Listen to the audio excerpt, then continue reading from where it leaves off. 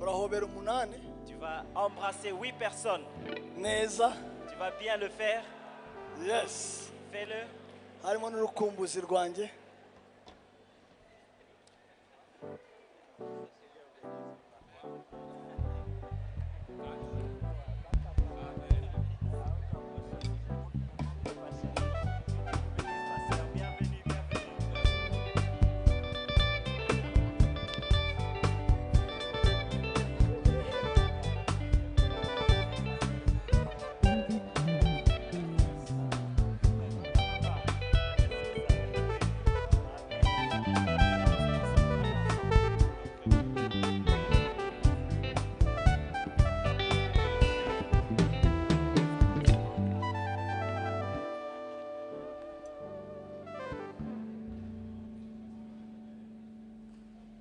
Hallelujah.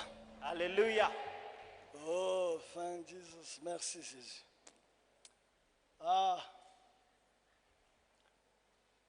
Turashima Imana yatugiriye neza aya manywa kuba mu nzu yayo. Je remercie Dieu qui nous a fait du bien être dans sa maison ce matin. Kumwihariko nari maze amezi hafi abiri tuvuge nta ku cyumweru ntaboneka hano. Ça fait à peu près 2 mois que je n'étais pas avec vous dimanche. Duherukana ku cyumweru cya Pentecost tariki 9. Le dernier dimanche où on était ensemble, c'était à la Pentecôte, le 9. Tariki 9 z'ukwezi kwa gatandatu. Ça, c'était le 9 du mois de juin. Uyu munsi turi tariki 11 z'ukwezi kwa gatandatu ubwo n'amezi abiri. Maintenant, nous sommes le 11 du mois d'août, donc ça fait 2 mois. Impamvu yacu yo kubura nanone na mbere yaho twari twarabuzeho gakeya. La raison pour laquelle nous n'étions pas là, même si nous avons un peu été absents, Na mbere yaho twari twarabuzeho gakeya même un peu avant, nous étions absents. kubera twagendaga mu ntara zose z'u Rwanda. C'est parce que nous allions dans toutes les provinces du Rwanda. Bisobanure ko urukumbuzi rwari rwinshi rwari kuri top. Cela veut dire que notre nostalgie était tellement grande, elle était au top. Ubaga tubakumbuye rero. Vous nous manquiez beaucoup. Kumwihariko aya mezi abiri ashize twari twagiye mu masengesho. Particulièrement ces 2 mois passés, nous étions en prière. Kandi mu masengesho turashima ko mwaduherekeje. Et dans la prière, nous vous remercions de nous avoir accompagnés. Turifuza kubashimira byimazeyo n'imitima yacu Nous yose. voulons vous dire merci de tout notre cœur. Guhaguruka ukagenda ni kimwe, Partir, c'est une chose. kugerayo neza ni kimwe, Arriver, c'est autre chose. kuzagarukana neza amahoro wasoje cyakujyanye ni ikindi. Et revenir en paix après avoir accompli ce qui vous a amené, c'est une autre chose. Kubera ko mufitemo uruhare kandi mwatugiriye neza mwihamashi Et parce que nk'ubwoko vous bwe. avez soutenu, vous nous avez fait du bien, acclamez pour vous. Imana yatugiriye neza cyane Dieu nous a fait du bien. kandi twasohoje icyatujyanye. Et nous avons fini ce qui nous a amenés. Niyo mpamvu uyu munsi dufite icyo twababwira C'est pour ça que nous avons quelque chose à vous dire aujourd'hui. kuko hari icyo twumvise kuri yo. Parce qu'il y a quelque chose que nous avons reçu de sa part. Natangiye kuwa gatanu ntanga report. Depuis le vendredi, nous avons commencé à donner le rapport. Uyu munsi ndakomeza kandi muri report yaje. Aujourd'hui, je vais continuer avec notre rapport. Ariko mbere yaho reka mbabwire ko muri abana beza cyane. Mais avant de continuer, je voudrais vous dire que vous êtes des bonnes personnes. Kandi nishimiye kubashumba. Et je suis béni, je suis dans la joie de vous diriger. Simbivuga nk'imvugo y'abayobozi gusa gutyo ariko ndabivuga bivuye ku mutima wanjye. Nishimiye kubashumba. Je ne dis pas simplement comme un leader, mais je le dis, cela vient du fond de mon cœur. Je suis béni de pouvoir vous diriger. Iyo uri umuyobozi ukagenda ugasanga ibintu uko wabisize urishima. Lorsque vous êtes leader, vous partez, vous revenez, vous retrouvez les choses telles que vous l'avez laissées, ça vous réjouit. Ariko iyo usanze ibintu bitari uko wabisize ahubwo byaranateye n'imbere ubu uri kushima. Quand vous venez et vous retrouvez que les choses sont allées plus loin, plus grand, vous ne savez même pas comment remercier. Partir et trouver les choses comme tu les as laissées est une bénédiction. Kugenda no kugaruka ugasanga ibintu uko wabisize bimeze neza n'umugisha. Mais partir et trouver les choses évoluer, c'est encore une très grande bénédiction. Kugenda ukagaruka ugasanga ibintu byarenze byabaye byiza cyane n'umugisha ukomeye kurushaho. Je n'ai pas trouvé les choses comme elles étaient, je les ai trouvées comme elles sont. Ntabwo nagiye gusa nsanga ngarutse ntabwo nasanze uko byari bimeze sanze ahubwo byabaye akarusho. Je n'ai pas laissé ce beau tapis. uyu munsi ndavuga mpagaze hano kuri tapi nziza Je n'ai pas laissé ce bon écran et ces ntabwo dispositions. nari nasize ibi bintu byose uko bimeze Vous les avez fait à mon absence. mwabikoze n'ahari Preuve que vous aimez votre maison icyo kintu kigaragaza urukundo rwanyu kuri et iri que je nzu suis le plus heureux des pasteurs du monde. ndi mu bapasiteri banezerewe cyane ku isi Parce que je garde les gens qui m'aiment et qui m'acceptent et qui font de bonnes choses, même à mon absence. kubera ko hari abantu bakunda bakamfasha banakora ibintu bikomeye mu gihe nahari Le Dieu que je sers de tout mon cœur sans hypocrisie, imana nkorera nta buryarya qu'il vous bénisse, qu'il ibayeho vous umugisha bénisse, qu'il ibayeho vous umugisha bénisse ibayeho umugisha et que le monde le voie. kandi isi ibone Alors,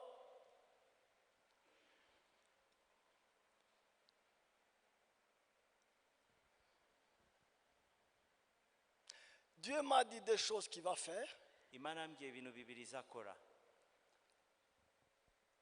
mais j'aimerais dire ceci. ariko hari icyo nshaka kubabwira Peut-être à cause du Kinyarwanda de Didier, je ne suis pas sûr qu'il ne souffre pas de me suivre. Laissons revenir aux racines. reka tugaruke ku mizi Découvrir la saison est une chose. kumenya igihe saison urimo cyangwa igihe urimo Okay. ni ikintu kimwe Sorry. ibihe Yeah. Guhishurirwa ibihe urimo ni kimwe. connaître la saison dans laquelle on est c'est une chose Kumenya icyo ukwiriye gukora muri ibyo bihe ni ikindi. mais connaître aussi ce que tu dois faire dans cette saison c'est autre chose Imana iyo ikugiriye neza ikubwira ibihe urimo, quand Dieu t'a fait grâce et tu connais la saison dans laquelle tu es ukanamenya icyo ukwiriye gukora muri ibyo bihe. et ce que tu dois faire dans cette saison là Iyo ufatishije byombi, quand ces deux choses tu les as amajyambere araza nta mpamvu. le progrès doit se dérouler sans aucun obstacle Umugisha ni ukumenya igihe, la bénédiction c'est connaître d'abord ta saison ariko ukanamenya icyo ugomba gukora muri icyo gihe. mais aussi savoir ce que tu dois faire dans cette saison Urugero rworoshye, un exemple ntabwo umugore asama ibihe byose. une maman ne peut pas concevoir n'importe quand Hari ibihe nyabyo byo gusama. il y a des périodes dans lesquelles elle entre où elle peut concevoir Twakwita ko ari ibihe runaka. c'est un temps quelconque qui est défini Iyo umudamu amenye ibihe bye byo gusama, quand une maman connaît le temps de la conception n'umutware we akamenya ko ibyo bihe byageze, et que son mari aussi sait que c'est le temps de la conception icyo ni kimwe. c'est une chose Iyo bombi bemeranye bagakora ibikwiriye mu gihe gikwiriye, et lorsqu'ils sont en accord et font la bonne chose au bon moment ikivamo vous murakizi. savez ce qui en ressort Arasama elle va concevoir hakazavamo imbuto y'urubyaro. et ils auront le fruit de leurs entrailles Kumenya season ni ngombwa, connaître le temps c'est une chose no gukora ibikwiriye gukorwa ni ngombwa. et faire ce qu'il faut faire dans cette saison c'est autre chose Ndababwira rero season turimo, je vais vous parler de la saison dans laquelle nous sommes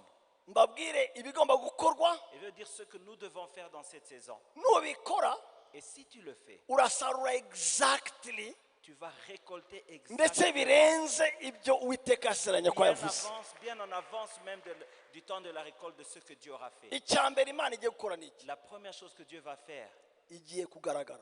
il va se manifester. Ndavuze ngo igiye kugaragara. Je dis ceci, il va se manifester. Igiye kuboneka. Il va se révéler. Igiye kwihutira gusubiza. Il va répondre rapidement. Igiye gukora imirimo ifatika igaragara, Il va faire des œuvres puissantes qui sont visibles. ku buryo bitari ngombwa kwivuganira byinshi. Au point qu'on n'aura pas besoin de parler pour lui, de dire. Kuko abantu bavunwa no kuvuga yitarakora. Parce que les gens parlent quand il n'a pas encore fait. Iyo yakoze ntuvunika. Mais lorsqu'il a parlé, vous n'avez pas besoin de vous épuiser. Ku giti cyawe De votre côté, nujya kuyishaka uzayibona. lorsque tu le chercheras, tu le trouveras. Ibyakuvunaga kera, Les choses qui étaient si difficiles avant. ufata iminsi 5 kugira ngo wumve ijwi ry'Imana, 5 jours pour écouter la voix de Dieu. uzafata iminsi 5 gusa ihere gutangiye kuganira nawe. Tu vas parler 5 minutes et en 5 minutes, tu vas Nta commencer à kindi écouter kizaba cyahindutse ni igihe. Dieu. Rien n'aura changé, c'est la saison qui aura changé. Ni igihe cyo kwigaragaza, C'est le temps de la ni igihe cyo manifestation. kukuba hafi, C'est le temps de la ni igihe cyo présence. kumwumva. Le temps de l'écouter. Uzayibona ku giti cyawe, Tu vas le voir de ton côté. tujya kuyisenga ikwitabe utaravunika, Tu prieras et t'exauceras avant que tu puisses être épousé. izagaragara mu rushako rwawe, Il va se manifester dans ton couple.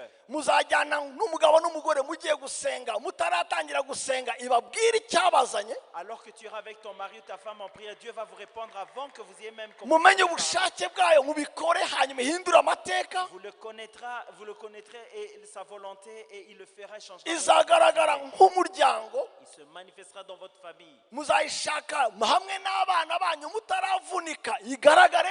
En cherchant avec vos enfants, il se manifestera à passer du temps. Kuki kera itabonetse? Et vous Muzibaza kuki kera itagaragaye? Pourquoi est-ce qu'il ne s'est pas manifesté auparavant? Ndicyari igihe. C'était pas le moment. Kuko buri kintu cyose kigira igihe. Parce que chose avec sa saison. Hari igihe cyo kurira. Il y a une saison pour pleurer. N'icyo guseka. Et pour rire. Hari igihe cyo kubiba. Il y a un temps pour s'aimer. No gusarura. Et un temps pour récolter. Ibi bihe rero Et cette saison, ni ibihe abashaka Imana c'est une saison où on doit chercher. bazayibona Ceux qui chercheront Dieu le rencontreront. mu buzima bwawe. Dans ta vie, Hari iminsi il y a des jours wifuje ko bakurambagiza où tu as souhaité qu'on puisse s'approcher de toi pour te proposer en mariage. bagucaho batakureba, Les gens passent à côté de toi sans même te voir. bagiye kukumerera nabi n'amademande. Ici, ils vont te suivre avec des demandes. Uzibaza ese nabaye mwiza kurusha mbere? Tu vas te demander est-ce que j'étais plus belle ou plus beau. Ese cya gihe nari mubi? Est-ce qu'en ce temps-là, je n'étais pas beau? Igisubizo La réponse, ni igihe cyawe, c'est la saison, ta saison. ni season yawe, La saison qui ni arrive, igihe cyawe. c'est simplement ta saison. Si amavuta mashya waguze, Ce n'est pas une onction supérieure. si no kwisiga kundi Ce wisize. n'est même pas que tu t'es Igihe une cy'Imana, notion particulière. igihe cy'ubuzima bwawe. La saison de Dieu. Ndashima Imana ko ari igihe cyiza, Bénis Dieu parce que ndashima Imana ko izagaragara, il va se ndashima Imana ko izaboneka, va se révéler. ndashima Imana rwose ko Je izaboneka. remercie parce qu'il va le faire. Izagaragara mu matsinda, Il va se manifester en groupe. muri ekodimu izagaragara, L'écodim, il va abana bazahanura, les enfants vont bazuzura umwuka wera, être remplis du Saint. bazagira ababyeyi inama, Ils vont donner bazasenga. des repas. Ils vont prier. umwana muto aza gushyiraho ikiganza ari uwawe wamubyaye wenyine, Et l'enfant va venir imposer les mains. ahindura amateka yose. Il va changer votre histoire. Ujye wibaza uyu mwana ni uwanjye cyangwa ni wa Vous vous rubanda? demandez est-ce que c'est notre enfant, ce n'est pas notre Si igitangaza, bizaba ari igihe cy'Imana, C'est pas un miracle, c'est le temps. bizaba ari season y'Imana Saison de yo Dieu, kugaragara kw'Imana. la manifestation de Dieu. Akazi washatse Le travail que tu as cherché, barakwirukana, on t'a remercié. subirayo Rentre là-bas. bakubaze kuki wagarutse barakwirukanye. Ils vont dire, mais comment tu es revenu alors qu'on t'a Ntabwo dit yari season, ce n'était iki pas gihe bazakwakira c'est maintenant la saison. kubera ni igihe cy'Imana. Parce que c'est le temps de Dieu. Imana izagaragara muri komisiyo, Dieu se manifestera dans les commissions, izagaragara mu materaniro, dans les cultes, izagaragara mu se maminisiteri. manifestera dans les ministères. Yo abatashye barihuse, Oh, ceux qui sont partis. Imana igiye kugaragara. Dieu va se manifester. Ndumva uburyo nzaruhuka Oh, ce jour-là, je vais me reposer. kuko nzavuga bikeya. Parce que je ne dirai pas beaucoup de Iyo choses. yagaragaye Quand il se manifeste, ntabwo uvunika, on n'a pas besoin de iba yivugiye yonyine. s'épuiser parce qu'il le parle. Iyo yagaragaye Quand il se manifeste, ntabwo ugorwa. il y a des grandes choses. Uwo yimurikiyeho Ceux à qui il s'est révélé, atanga ubuhamya il donne des témoignages. bukavuga kuruta uko wavunika. Parle plus. Ndashima Imana igiye kugaragara, Je remercie. ndashima Imana igiye kuboneka, ndashima Imana igiye kwigaragaza, ndashima Imana igiye gukomera. Je remercie Dieu qui va manifester sa puissance. Bamwe Certains, izabakiza indwara baryamye, ils vont les guérir quand ils sont endormis.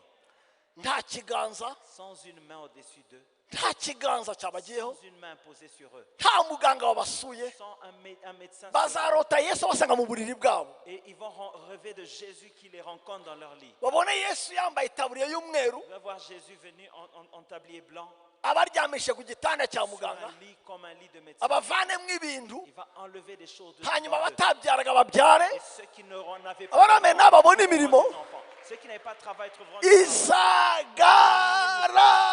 Izagaragara. Manifester. Oh my God, izagaragara. Il va se manifester. Ndashima Imana ko izagaragara. Je remercie Dieu, il se manifestera. Ibihe turimo Le temps dans lequel nous sommes, ni bike cyane. c'est peu de temps. Yesu agiye kugaruka, Jésus revient bientôt.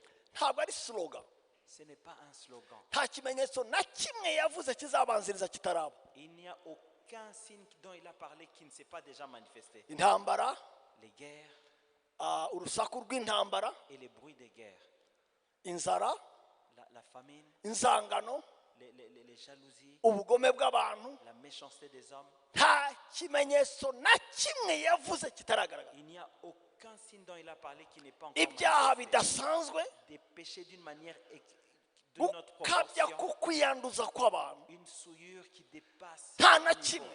Il n'y a aucune chose. uko agiye kugaruka, Et alors qu'il veut revenir, nimba wowe utanabizi, si toi tu ne le sais pas, isi irabyumva le monde le ressent na déjà. satani arabyumva.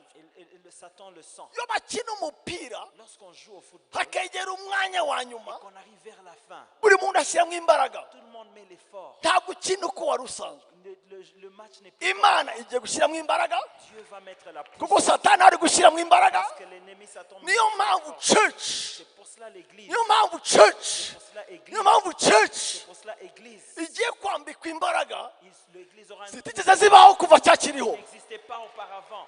cyakigiye kwambikwa imbaraga L'église aura une no guhabwa ubushobozi et ils auront une no capacité. guhabwa mikoro Ils auront les moyens cyakitagize. qu'ils n'ont jamais eu. impamvu si yindi, La seule nta raison, mwanya tugifite, on n'a plus beaucoup nta de mwanya temps. tugifite On n'a mwinshi, plus beaucoup de temps. umwanya ni muto cyane. Le temps est très umwanzi arakorana imbaraga, L'ennemi Satan. umwami wacu arakorana imbaraga zikomeye. Notre Dieu Niyo travaille mpamvu. de puissance plus grande.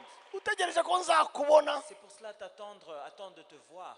randevu ya aposito Rendez-vous avec l'apôtre. yatinda.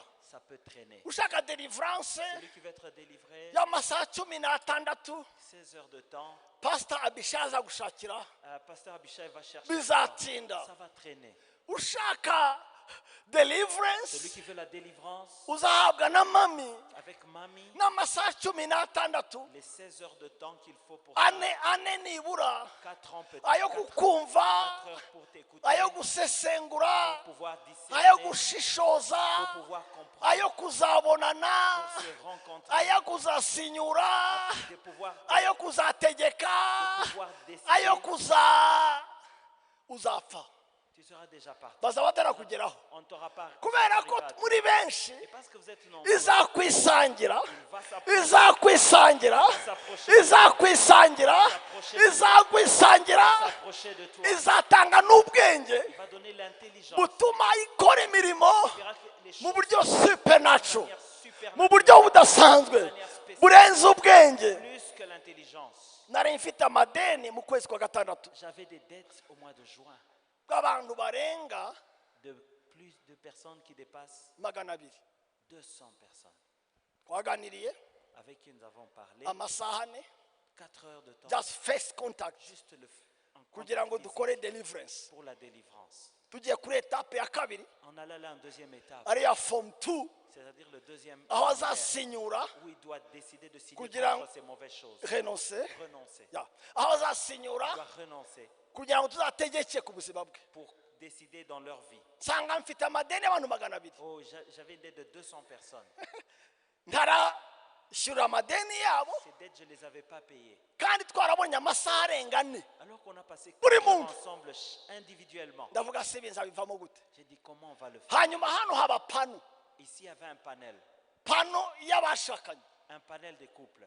hano haba uwitwa Ndagijimana Samuel Foma Cedric Ici, il y avait Samuel Legimana Thomas Cédric n'umugore we, avec son épouse. avuga uburyo Imana yababohoye. Ils ont parlé de comment Dieu les a libérés. ahakurikira hariya Ensuite, haba umusemuzi wanjye il y avait mon interprète n'umugore we, ainsi que son épouse, urushako rwa kabiri. le deuxième couple. abakurikiraga hariya Le troisième, haba harya abandi, haba pastor John Kwizera il y avait le pasteur John Kwizera na madame we, ainsi que son épouse. hano bicaye pano. Ils étaient en panel ici. aba kane haba pastor Abishai Il y avait pasteur Abishai n'umugore we, ainsi que son épouse. batanga ubuhamya Ils donnaient des témoignages bw'uburyo ingoyi de comment est-ce que les liens zabagomeye les avaient pris n'uburyo Imana yaziciye et comment est-ce que Dieu les a n'uburyo libérés. Imana yarimye paradizo mu rushako rwabo. Comment est-ce que Dieu a créé un paradis dans leur foyer. bagikora pano hano Alors qu'ils étaient en plein panel. mu munsi ibiri En 2 jours, kuri YouTube hinjira abantu 15,000. il y a eu 15 000 personnes qui ont vu cela sur YouTube. maze mfata ijambo ntangaza hano Et j'ai parlé ici, j'ai déclaré. ndavuga kwa gatanu uzaza J'ai dit le vendredi prochain, tuzaza hano ku mugoroba nous serons ici dans le culte. twiteguye Nous allons être prêts twibohoze pour être libérés. haza ingo zirenga 200. Il y a eu plus de 200 couples ici à l'église. zuzura hano. Toute l'église était uzi remplie. icyabayemo Vous savez ce qui s'est passé? batandatu bamaze gusama bari ingumba. Batandatu bamaze gusama bari ingumba. 6 couples ont déjà conçu Amen. Amen. à cause de cette opération de ce vendredi soir. Amen. Amen. Si cyo gusa Ce n'est pas ça seulement. hari umwana wari ufite igicuri Il y avait un enfant qui avait ababyeyi be baje bo les parents sont venus uyu ici. munsi n'umwana muzima. A été libéré. Amen. Ibitangaza byabaye iyo Friday. Les miracles sont passés ce vendredi soir. Noneho tuka twahura n'abandi 200 Quand nous rencontrons les 200, bakambwira apostle il dit apôtre, byararangiye. oh, les choses ont Nanjye nkavuga changé. byararangiye Les choses ont changé. byararangiye. Les choses ont changé. Ushaka kumbona akaza gusinya gusa Vous voyez, consecration il letter vient juste signer une consécration lettre. yo mbaho umwanya. Quand vous donnons le temps, Si j'avais si j'avais le temps, nari kuzapfa j'allais mourir. ntegereza rendez-vous. Apotre ari he? Ari muri Canada En train ntaraza. d'attendre. Apotre Oui, ari he? apôtre, il est au Canada. Apôtre, il a ubwo voyagé. bwenge bwa supernatural deliverance Oh, quantitative la collective délivrance supernaturelle. imana izatanga ubwenge bushya Dieu donne une n'imbaraga nshya une puissance nouvelle. kubera ntabwo tuzabona umwanya wose wa one by one. Tout le temps. Kuki? Kuko Yesu araje Parce que Jésus revient. arifuza gutanga umudendezo Il va donner une liberté agiye muri strategy zacu za cy'umuntu. dans les stratégies humaines Ntabwo tuzarangiza akazi qu'on ne pourrait jamais faire. kandi araje Alors qu'il revient. kandi araje Alors qu'il revient. kandi araje. Alors qu'il revient. icya mbere La première chose, agiye kugaragara. il va se manifester.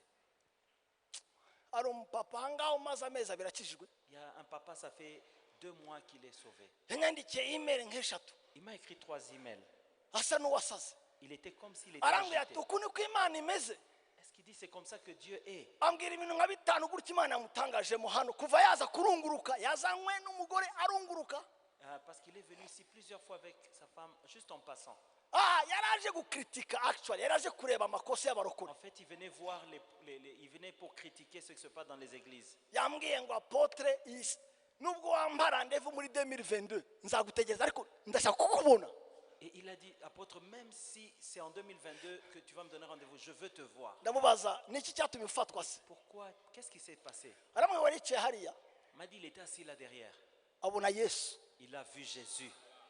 aravuga ati ndamumenya Il a dit, je l'ai kubera uko connu numvishe ubugingo bwanjye. parce que j'ai senti cela dans mon être. Ndapfukama Je me suis mis à genoux. ndarira J'ai pleuré. bankoroperaho On est venu même nettoyer parce que j'avais tellement pleuré. ati rero kuva uwo munsi Il a dit, à partir de ce jour-là, menya ko bwa bwenge bwanjye buzungurutse j'ai compris que toute l'intelligence que j'avais, ni njye wakererewe c'est moi qui a traîné. namubonye. Je l'ai vu. ndaceceka. Je me suis tué. Undi mubyeyi umaze imyaka 12 11 n'amezi afite inda y'abantu batatu ubu ngubu ngubwira twabonanye nawe. Rero nimba utaranayibona Si tu l'as pas ni encore, impamo y'Imana yagaragaye ntugasibe na rimwe. il va se manifester. C'est Ne bon. reste pas derrière. Hari iminsi tuvuga Il y a 2 fois nous parlons, tukavunika nous épuisons, tugasobanura nous expliquons, imitsi igahagarara et les nerfs sont tendus. tugasa n'abemeza abantu On dirait nous sommes en train de convaincre kandi les gens. ntawuvuganira uwishoboye. Alors que tu ne peux pas parler à la place de quelqu'un qui est capable. Tu ne peux pas défendre quelqu'un qui est tout puissant. Parce que sa toute puissance se défend par elle-même. C'est beau. S'il se manifeste, on va en congé. C'est beau. When he comes in, we go to live.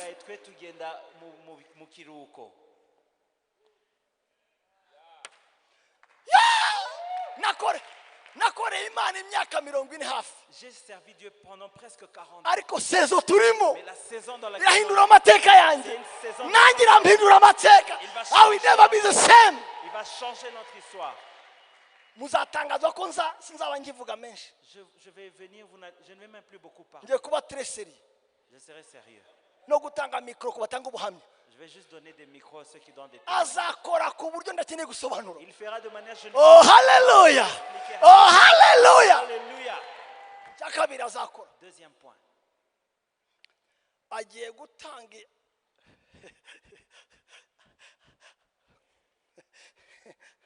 sinzi uko nabisobanura. Je ne sais pas comment l'expliquer.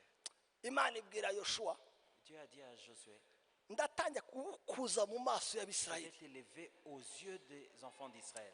Ndatangira kugukuza. Je vais t'élever. Ndatangira kuguhesha icyubahiro Je vais commencer à te donner de l'honneur mu maso y'abavandimwe bawe. aux yeux de ton peuple. Ntabwo ndatangira kuguhesha agaciro. Je vais te donner de la valeur.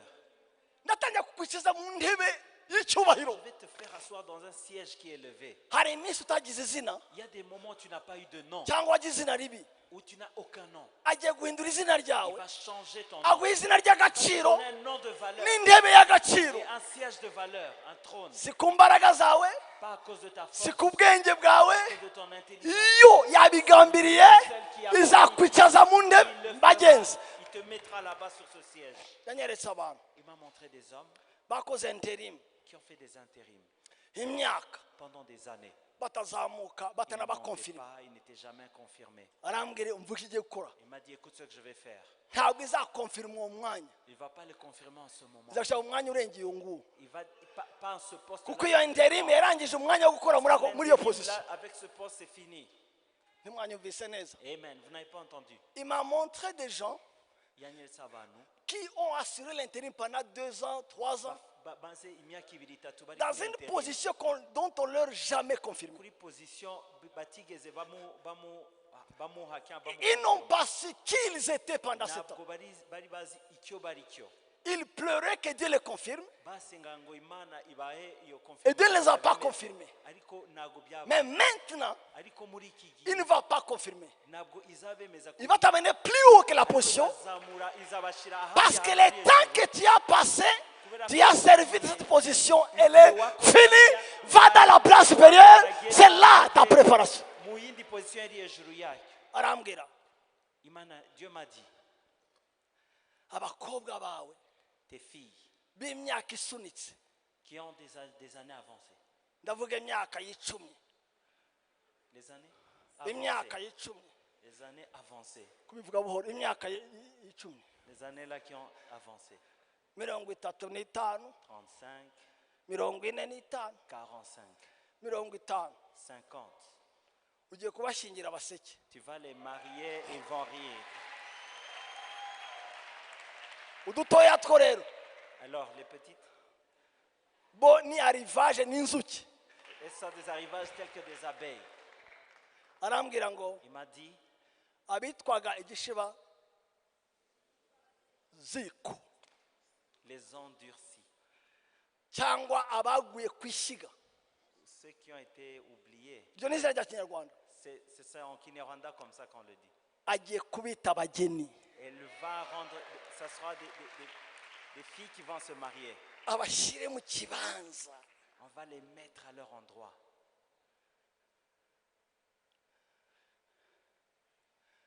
Nta confusion izongera kuba mu bwoko Il n'y aura bw'Imana pas de ku birebana confusion na dans le ki peuple de Dieu. kigiye kunyica rero mu minsi iri Ce imbere qui m'étonne et qui est grand dans les jours qui ni viennent, imiganura. ce sont les prémices.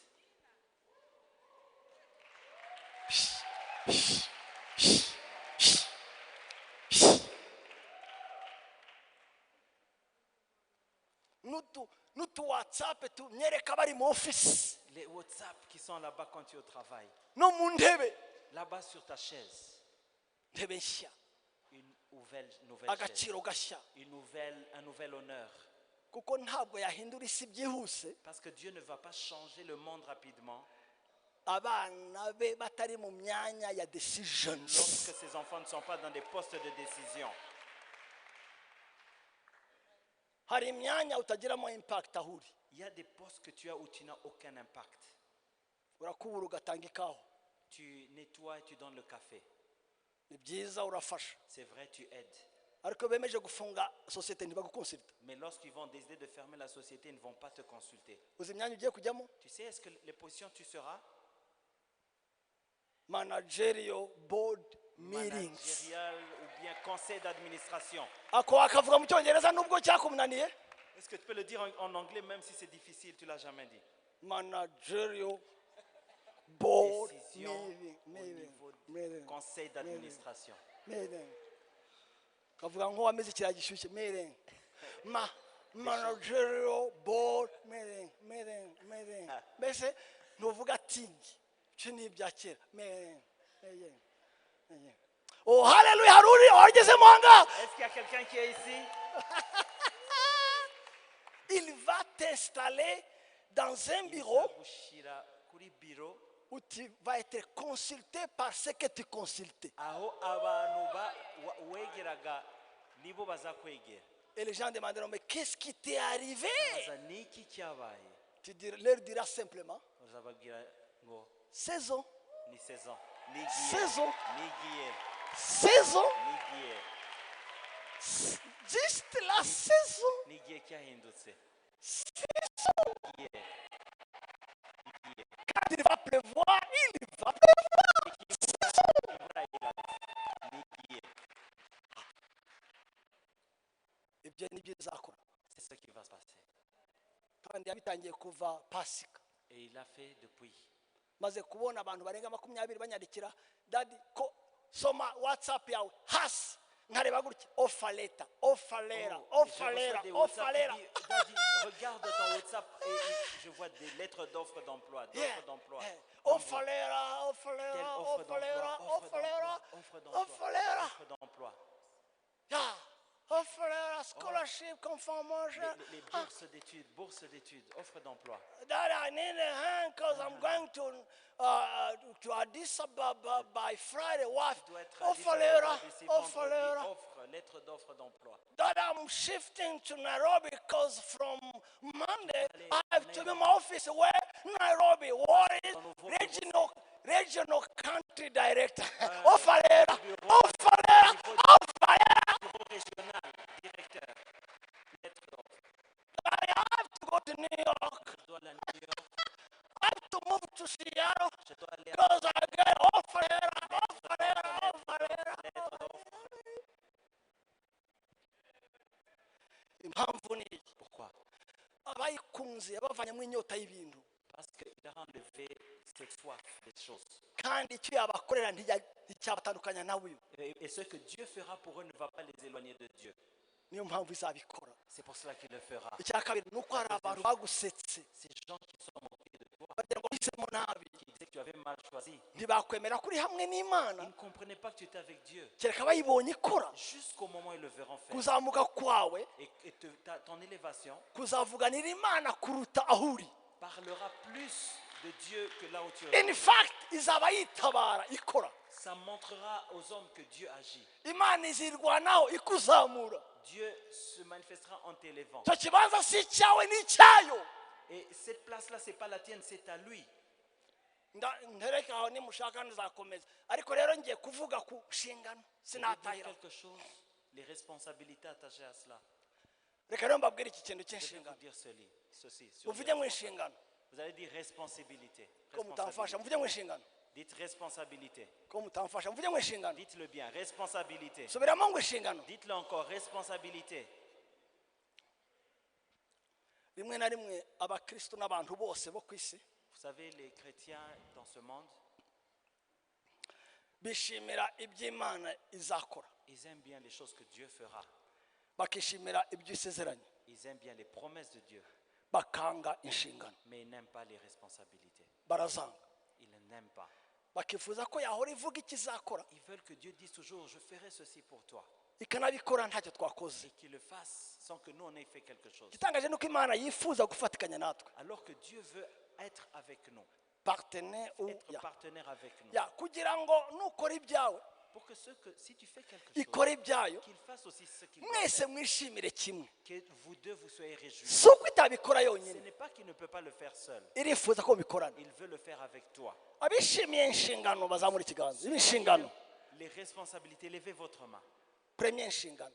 La première chose, Yambwiye iki kintu kirantangaza cyane. il a dit quelque chose. Arambwira ngo afite kwashorokoro y'urukundo rwacu.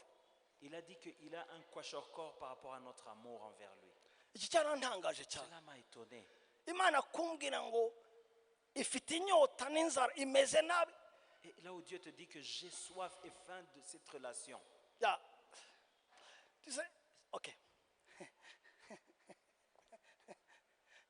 J'ai toujours compris ce qu'est l'amour de Dieu pour les hommes. buri gihe ndumva neza urukundo rw'Imana ku bantu. J'ai compris ce que l'amour que les hommes devraient avoir auprès des autres. Nicyo urukundo abantu bagomba kugira ku bandi bantu. Je n'ai jamais réfléchi sur les besoins que Dieu a que nous l'aimions. Ariko ntabwo nigeze numva neza besoin y'urukundo Imana ifite kuri twe. Ça m'a choqué. Iki kintu cyaranangaje. Il a dit qu'il était en crise de notre amour. Yavuze ngo ageze ahantu habi ashaka Qu'il sollicitait que nous l'aimions. ashaka ko tuyikunda. Ça m'a choqué. Icyo kintu cyaranshotse. Il y a 2 ou 3 ans, ma femme m'a dit un jour, Imyaka ibiri tatu ishize umudamu wanjye yambwiye ko elle m'a dit ceci. yambwiye uko Je ne t'attrape pas, je ne te sens pas. yambwiye ko nakumva. Tu es toujours parti, je ne te sens pas, chérie. Yagiye ntago nkumva. Elle m'a dit ceci. Yambwiye uko. Est-ce que tu sais que j'ai besoin de ton amour? Ese urabizi ko nkeneye urukundo rwawe? Je dis, mais chérie, tous les hommes savent ici qu'il n'y a que toi que j'aime. Tout le monde. Abantu bose hano barabizi ko ni wowe wenyine mfite. C'est nguyu yamvuga. Ari hano, il peut le dire. J'ai dit, mais chérie, tu peux vraiment dire que tu n'es pas une femme aimée? Ntabwo uzi ko nkukunda. Elle m'a demandé, comment tu peux définir ton amour? Parti, prêche, parti. Urukundo ambaza ibibazo byinshi. Je voulais prouver à ma femme Nashaka kumwemeza que j'étais le plus aimant des hommes. ko niwe ndi umugabo umukunda. Et Dieu m'a dit, Mfite urukundo rurenze rw'abandi. tu ne l'as jamais aimé. Ariko Imana yambwiye ko ntabwo wamukunze. Tu as juste accompli un devoir Wakoze icyo wagomba gukora et obéi à une obligation d'aimer bibliquement. no gukora inshingano zawe zo gukunda uko Bibiliya bivuga. Redéfinis ton amour par une intention. Subira no ku rukundo rwawe ureba intention cyangwa ikigamije. Un amour pas juste par devoir, intentionnel. Atari gusa ko ugomba kubikora ariko ubishakishije. Vous savez, si Marie-Ange aime Solange, If Marie-Ange aime Solange, niba Marie-Ange na Solange bakundana. akunda Solange, Les gens diront, mais c'est normal, c'est ta sœur. bazavuga ko nibisanzwe ni mukuru wawe. Ça, ce n'est pas intentionnel. Ntabwo ari cyo intentional irimo cyangwa L'intentionnel, c'est, gushaka no gukora gutya. j'ai vu une fille à l'église, Nabonye umuntu kuri ku rusengero, j'ai attrapé son numéro, fata nimero ye, j'ai appris qu'elle est partie en Australie. menya ko yagiye muri Australie. Je suis en quête de ce contact. Ndio ndashakisha uko namuvugisha. Depuis que je l'ai vu, Uko kugeza kuva mubonye ma vie a été redéfinie. ubuzima bwanjye bwarahindutse. Je dors peu, Ntago ngisinzira, je mange peu ntago nkirya, et je paye beaucoup de communication. ariko nkoresha telefone cyane amayinite. Ça devient intentionnel. Icyo gihe ni intention gushakisha. Et Dieu m'a dit, tous les troubles que vous voyez dans les églises, Imana yambwiye ibintu byose mbona mu masengero c'est un manque d'amour pour moi. ni ikibazo cy'urukundo, ntago bankunda. Parce que s'il m'aimait, Kuko niba bankundaga il ferait confiance. bari kunyizera, S'il m'aimait, niba bankundaga pourrait se sacrifier. bari kwitanga, S'il m'aimait, niba s'il bankundaga m'aimait, niba bankundaga koko il donnerait sans pression. bari gutanga batabasubiza. Ils ne m'aiment pas, Ntabwo bankunda, ils aiment ce qui est mien. ahubwo bakunda ibyo mfite. Et ça m'a tué. Iki kintu cyarambabaje. J'ai pris la décision. Nafashe icyemezo, Pas juste l'accident, la ntabwo ari décision accident, nafashe icyemezo d'aimer Dieu intentionnellement. kundi Imana mbishakishije. Un jour, Umunsi umwe j'ai parlé avec ma fiancée nari ndi nganiza fiancé wanjye pendant 10 heures. amasaha 10, Et puis, je sentais que je venais de commencer. ariko numvaga ko amasaha ni nkaho natangiraga. C'est comme si je venais à peine de commencer. Ni nkaho nari ngitangira. Et puis un jour, Hanyuma umunsi umwe je vais prier. nari ngiye gusenga, 30 minutes plus tard, je suis fatigué. nyuma y'iminota 30 numvaga naniwe, Je sentais que les mots me manquaient. numvaga amagambo atangiye kubura. Même quand je priais en esprit, nasengaga mu mwuka je me sentais fatigué. ariko numvaga ko naniwe. Et Dieu m'a dit, Imana irambwira, tu as fait 10 heures wakoze amasaha 10 avec Alice ou Lydia uri kumwe na Alice cyangwa Lydia et tu n'as rien senti. ntabwo wumvise igihe kigenda. Avec moi 30 minutes, tu es Kongewe fatigué. iminota 30 urananiwe. Tu sais la différence? Urabizi ikitandukanizo? Moi, tu ne m'aimes pas. Nge ntabwo unkunda, Tu aimais Alice. ukunda Alice. Et depuis ce jour-là, Kuva uriya munsi quand je vais prier, igihe nshaka gusenga, même si c'est pour un temps dans nubwo mon ari lit, igihe gito, je ne fais jamais moins de 3 heures. ntabwo nkora munsi y'amasaha 3. Et dans mes temps de prière, Muri icyo gihe cyo gusenga 7 heures de prière, 10 heures, amasaha et ça arindwi court. 10 agakomeza. Même quand le sommeil vient, N'igihe mfite ibitotsi je rappelle à mon sommeil, nkibutsa je suis ici intentionnellement, hano mbishakishije. parlant à un homme que j'ai décidé d'aimer de force. Uwo nkunda kandi nkunda mu mbaraga. Urabizi itegeko rya mbere Le premier commandement, abantu banibagiwe. les gens l'ont oublié. Israeli umva Israël, écoute icyo Uwiteka ce gushakaho. que l'Éternel attend de toi. Kunda Imana yawe Aime ton Dieu n'ubwenge bwawe de bwose, toute ton intelligence, n'umutima wawe wose, tout ton cœur, n'ubugingo bwawe de bwose, toute ton âme, n'imbaraga zawe de zose. toute ta force. Stop. C'est tout. Uwakunze Imana ntiyabura kudakunda mugenzi we, Celui qui a aimé Dieu, kuko yamushoboza. Nanjye kuba ntabarenganya ntabasumbanisha si ikindi, nuwo nakunze nkamenya ko abakunda nkumva nabarenganya yabanziza. la raison pour laquelle je vous aime, c'est parce que Dieu aussi m'a donné cet amour pour lui. Sinzi niba mwumva inshingano za mbere, Je ne sais pas si vous comprenez la première responsabilité, kandi zisaba ko ufata icyemezo c'est de prendre une décision. bizahindura byinshi ubuzima bwawe. Ça va changer beaucoup de choses dans votre vie. Urugero, L'exemple, hari ama social media uzavaho, il y a des réseaux sociaux que tu vas abandonner uzayavaho kuko akurya umwanya. parce que ça te prend trop de temps. Hari inshuti uzibagirwa Il y a des amis que tu vas oublier kuko ntiwabivanga byose. parce que tu ne peux pas tout mélanger. Hari Oh, il y a siporo uzareka, un certain sport que tu vas abandonner. atari uko ari mbi, Pas parce que c'est mauvais, kubera ikurya imbaraga parce zose. que ça te prend toute ta force. Hari ibintu byinshi byiza, Il y a beaucoup de bonnes choses. intention, kugambira gukunda bizakuvanaho, À cause de ton amour intentionnel, ça va t'obliger à diminuer. bizahindura ubuzima bwawe. Ça va changer ta vie. Ariko numara kubikora utyo, Mais quand tu l'auras fait, uburyohe bw'Imana, ce délice de Dieu, délice de Dieu bizasimbura bya bintu. va remplacer les autres délices que tu as. Uburyohe bw'Imana, Ce délice de Dieu, Imana izaryoha Dieu va être délicieux pour toi kuko uzayikunda. parce que tu l'aimeras. Tu aimeras ton Dieu. Uzakunda Imana. Nabonye ishusho Imana yicaye gutya iriho irarira, J'ai vu Dieu en train de pleurer. nanjye ndi busy mu kazi k'Imana. J'étais busy dans l'œuvre de Dieu. Irambwira Masa, Il m'a dit, Massaso, waje ukansoma, viens m'embrasser. nanjye nkayibwira Kimisagara iranshaka, Kimisagara me cherche. Gikondo iranshaka, Kikondo me cherche. Amasoro baranshaka. Masoro me cherche. Kambwira Masa, Il a dit, Massaso, waje kunsoma, viens m'embrasser. waje kumpobera. Viens m'embrasser. Nkayibwira Masoro, ariko uzi ikiri Masoro, Est-ce que tu connais Masoro? hariho gitifu Il y a exécutif, A na B na C, A, B, C. hariho class 4 muri La classe mother room. là-bas dans la salle des mamans. Uzi icyo umbwira? Est-ce que tu sais ce que tu veux me Arambwira Masa, ibyo ni byiza, ariko dire? njyewe C'est bien, mais moi, ako ni akazi kanjye, c'est mon travail, ariko si njyewe, mais ce n'est pas moi. nanjye ndagukeneye. Moi aussi, j'ai besoin. Ngwino De... umpobere, ngwino unyakire. Viens près de moi. Arambwira, Il m'a dit, nturebeye iminsi 40 umaze muri Canada, tu vois les 40 jours que tu as passé au Canada, hano Ottawa, à Ottawa, uri mu cyumba tu étais en chambre, kitarenze metero enye, pas plus de 4 mètres. utarajya hanze, Tu n'étais pas dehors. unywa amazi gusa Sans en n'icyayi ku mugoroba, Et seulement n'indi goûter la minsi vie. utanarya Même irindwi. des jours, tu n'as rien pris. Ntabwo mva ko ndyoshye. Tu n'as pas vu que je suis bon, délicieux. Yababa we, yababa we, yababa we, yababa we.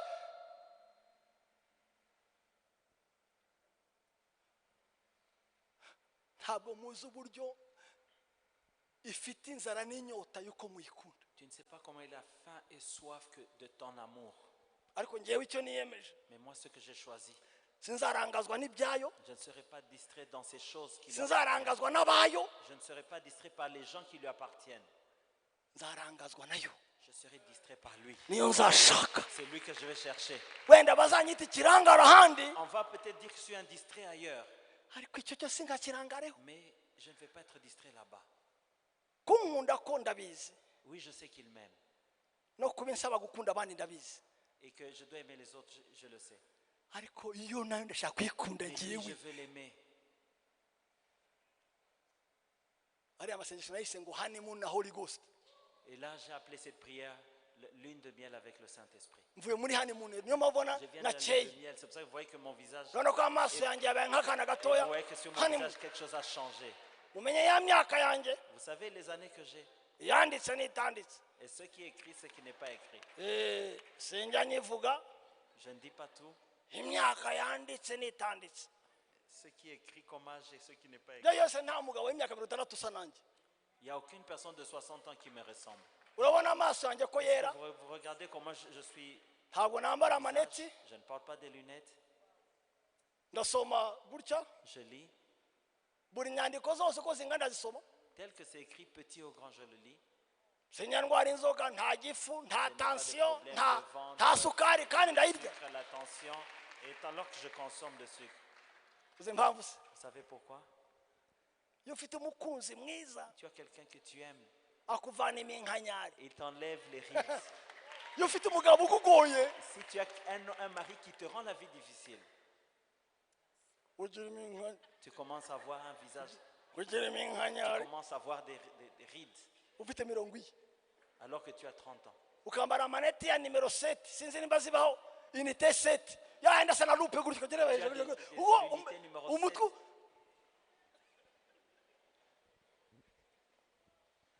muzankundira Imana yanjye Est-ce que vous allez aimer mon Dieu?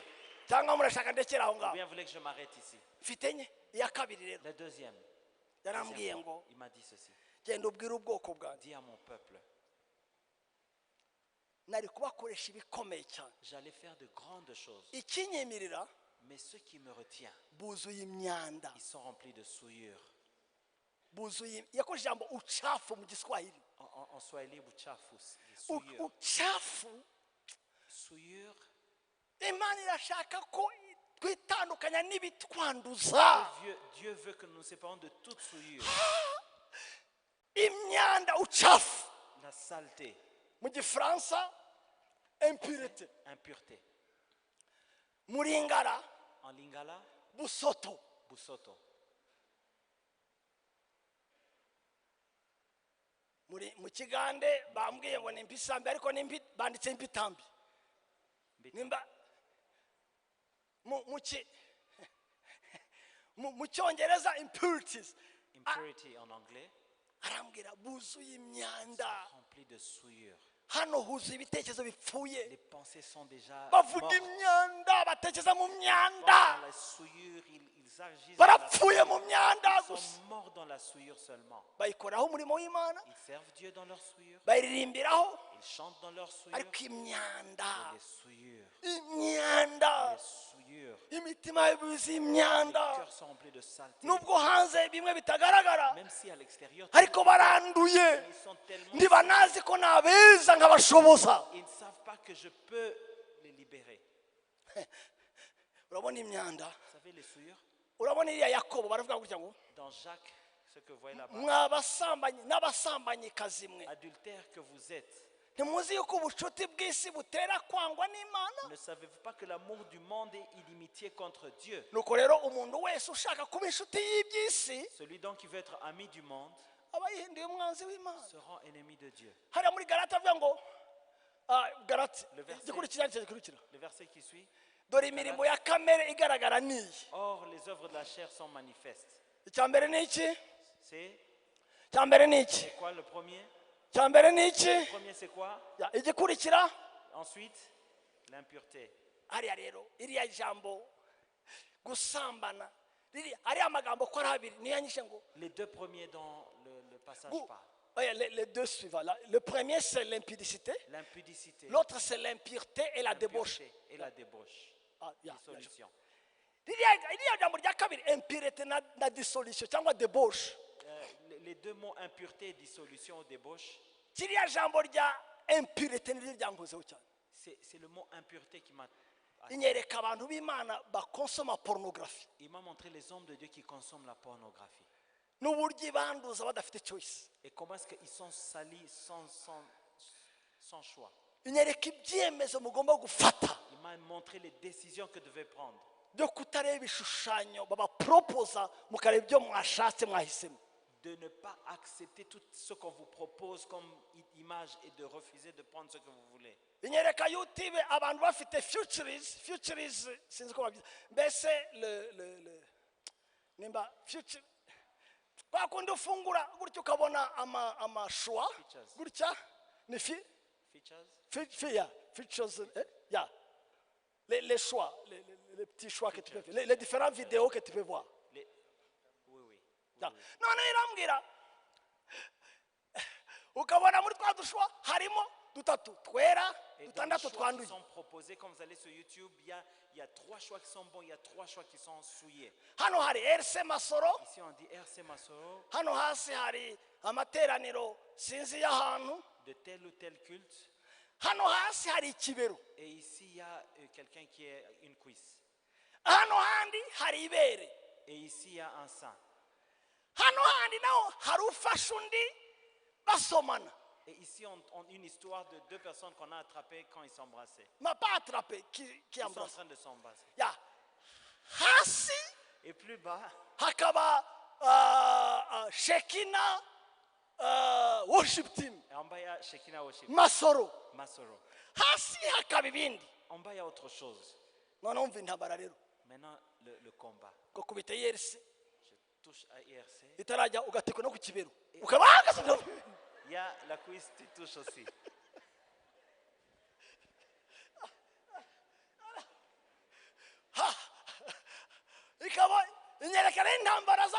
Et là, on m'a montré le combat que les hommes sont en train d'avoir ces jours-ci. L'impureté et la pureté. Ici, tu vois, deuxième culte. En bas, ceux qui suivent directement. Et une fille qui a porté un caleçon aussi qui n'est pas bien, qui n'a pas bien porté. Tu veux appuyer là-bas, tu pries l'autre. Et le cœur est en train de balancer. Tu sais c'est quoi la solution? Ce n'est pas ouvrir YouTube. Tu vas à Google. Tu cherches ce que tu veux et pas ce qu'on te propose. Simple. N'est-ce pas? L'enfant avec qui on était, il m'a dit que le combat qu'il a eu pour quitter Instagram.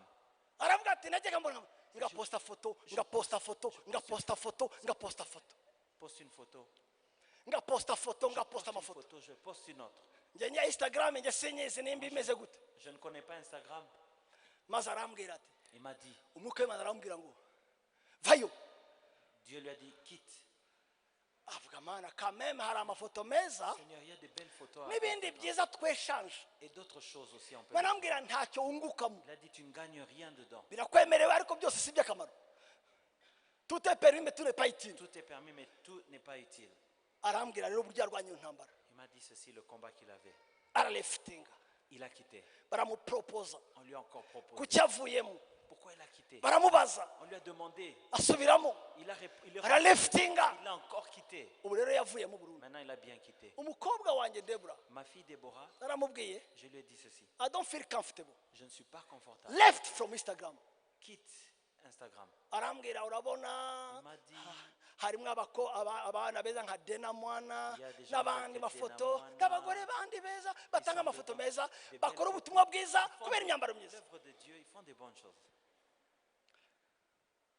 Leftinga iski lefting iki usigarana iki? Quitte ceci, quitte cela, reste avec ceci.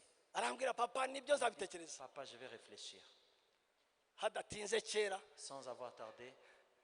Bamwandika mu gihe bamuhimbira na Patient ko ari inshuti en disant qu'il était avec Patient. Uwo munsi ava muri uwo munsi là-bas. Asaba n'imbabazi ara lifting. Elle a donné pardon, elle a quitté. umukobwa wanjye wundi witwa Esther Ma Mucyubahiro fille Esther aussi. yari grave kuri Instagram. Elle était grave. Elle était Foto sur hivi, Instagram. foto là, hivi, photo foto le- hivi. photo les pieds, photo. Wendelea tu. Sinzi simvuze ko ari icyaha Je ne dis pas que c'est un péché, ariko hari personal conviction from the Holy mais il y a Spirit une conviction personnelle du Saint-Esprit. ikubwira what to do and what not to Quoi do. faire et quoi ne pas faire. Purity. La pureté, Kwera. la pureté, la sanctification. Masasu simba kuri Facebook Je ne suis pas sur Facebook. kandi ntabwo nta cyaha kibaho. Il n'y a pas de mal-être sur Facebook. Mfite inshuti ziri kuri Facebook nta cyaha kibaho. J'ai beaucoup d'amis sur Facebook, il n'y a aucun mal. Inshuti yanjye Elijah arahari cyane Elijah, il l'utilise. ariko njye simpari. Mais moi, je ne suis pas là. Nta conviction mfite. Je ne vois pas l'importance. Banshyize kuri Twitter sinjya Twitter On m'a mis sur Twitter, je n'utilise pas Twitter. ariko ndi kuri WhatsApp Mais je suis sur WhatsApp kandi ndasubiza et je réponds. biravukana Ce sont des frères. ariko ndi ku kimwe sindi ku Je kindi. suis sur l'un et pas sur l'autre. Mugire ubwenge mucunguze uburyo umwete Utilisez le temps, rachetez le temps. kandi Soyez mwumve umwuka wera. Ayez le temps avec le Saint-Esprit. Imyanda imaze abantu. La saleté, les souillures attaquent beaucoup de gens. Uzi kubona umugabo w'umugore w'imastirba Tu vas trouver un homme qui est marié qui se masturbe, kandi uri slave umugore w'umugabo alors que la femme du monsieur, kandi ibyo biragwire ntugire ngo ndabihimbye. vous croyez que je suis en train de raconter, mais c'est vrai.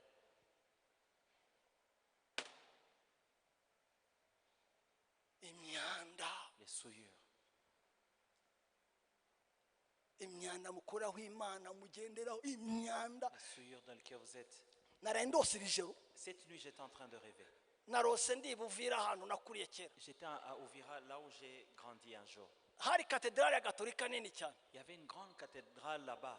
Narose nyiki iruhande gutya imoso. J'ai rêvé que je passais à côté à gauche. Hari inshuti mfashe ukuboko ndi hamwe na madamu. J'étais avec un ami qui mettait la main, j'étais avec madame. Mbona huzuye imyobo n'imyanda. J'ai vu qu'il y avait des trous et des souillures, des saletés. Imyanda y'abantu mbese nanze kuvuga amazina ariko imyanda y'abantu. Les saletés des hommes. Huzuye gutya. Très nombreux. Iwe ni gute abantu baza kwanduza ahangaha Mais comment est-ce que les gens viennent kandi abandi bari mu misa. alors que les autres sont à la messe? Ndakikira ngira iruhande Je passais en essayant d'éviter. mbona naho ndi si heza J'ai vu que même là où j'ai ariko visité, ndiyapfa gusa na hahandi handi. mais ce n'était pas la même chose, c'était un peu mieux. Ndagenda mbura aho nicara na madamu. J'ai manqué où m'asseoir avec madame. Imana irambwira Et Dieu m'a dit, bari abantu bari mu misa là-bas ceux qui sont à la messe, ntibabona imyanda ibakikije. ils ne voient pas les souillures autour d'eux. Arambwira niko mumeze. Il dit, c'est comme ça que vous êtes. Numva ndapfuye neza neza. J'ai senti que... Arambwira Et j'ai dit, il m'a dit, abantu bananiwe n'imyanda il y a des gens qui sont dans les souillures. ntibemera ko Imana ishobora kubavana mu myanda. Ils croient même plus que Dieu est capable de les libérer de ces souillures. Barayemere nka kamere yabo Ils ya ont kabiri. accepté cela comme une autre nature. Dufite Imana yera Nous avons un Dieu saint, kandi ishoboza un Dieu puissant. ariko si cyo gusa. Mais ce n'est pas tout. Dufite Imana yeza Nous avons un Dieu qui purifie ikanashoboza. et il le rend capable. Birashoboka kubaho ubuzima bwera Il y birashoboka. a moyen de vivre une vie de sanctification, c'est possible. Icya gatatu yambwiye La troisième chose qu'il m'a dit, bwira ubwoko bwanjye dis à mon peuple, ntibukunde impiya. n'aimez pas les richesses, Ya yes les choses de la terre les choses matérielles. ntimukunde impiya N'aimez pas, ne soyez pas attachés aux choses. kuko impiya Parce que les choses matérielles, zabujije benshi gusohoza umuhamagaro wabo. ça a empêché beaucoup d'atteindre leur appel. Ansobanurira uriya mugabo witwa Gehazi. Il m'a donné l'exemple de Géasi. Gehazi yari umukozi wa Elisha. Géasi était il travaillait pour Élisée. Elisha yari umukozi wa Eliya. Et Élisée il a travaillé pour Élie. Elisha yafaha amavuta inshuro ebyiri ku mugabane wande wari kuri nde kuri Eliya. Élisée a eu la double portion de l'onction qui était sur Élie. Arambaza Il m'a dit ceci. ko Gehazi yari umugaragu wa Elisha Si Géasi était le serviteur d'Élisée, yari kubona inshuro zingahe z'amavuta yari kuri Eliya. il aurait dû prendre combien portion de l'onction qui était sur Élie. mwansubiza Est-ce que vous pouvez me répondre? mwansubiza Vous pouvez répondre? mubigaze mu ntoki zanyu ingahe 4. thank you Merci. brother Jerome félicitations d'avance Félicitations.